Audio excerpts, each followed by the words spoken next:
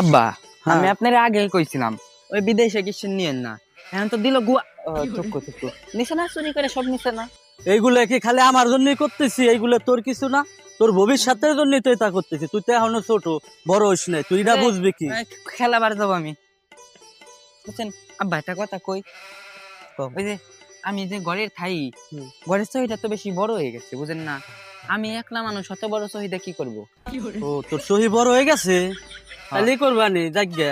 যেহেতু সহি বড় হয়ে গেছে, আমি আর তোর আম্মা থাকি, তাইলে হইলো আমাদের ওই যে ক্রিশ্চিয়ান দেখলে বেশি আনা লাগে, ওটা বারান্দায় রাখবানি, তোর ছোট একটা সহি কিনে দিবানি, যেহেতু সহি তোর বড় হয়ে গেছে। শালার বাপ রে, কই কি বুঝে কি সুধীর ভাই বুঝেও না যে আমার বিয়ে দেওয়া লাগবে, সহি বড় হয়ে গেছে। শালার বেটা শালা, মনে ভাবছো কিছু বুঝি না? তোমার মতো এরকম কালে আমরাও কত এরকম করে বেড়াইছে, বিয়ের স্বাদ লাগে না? শালার বেটা শালা, তুমি বিয়ে করবা? তোমার বিয়ে তো আমি দিবই না। শালার বেটা শালা, তোমার কাম করায় মারবো। শালার বেটা শালা, বিয়ের বয়স 2 দিনকার পোলা এখন, বিয়ে করার জন্য পাগল হয়ে গেছে।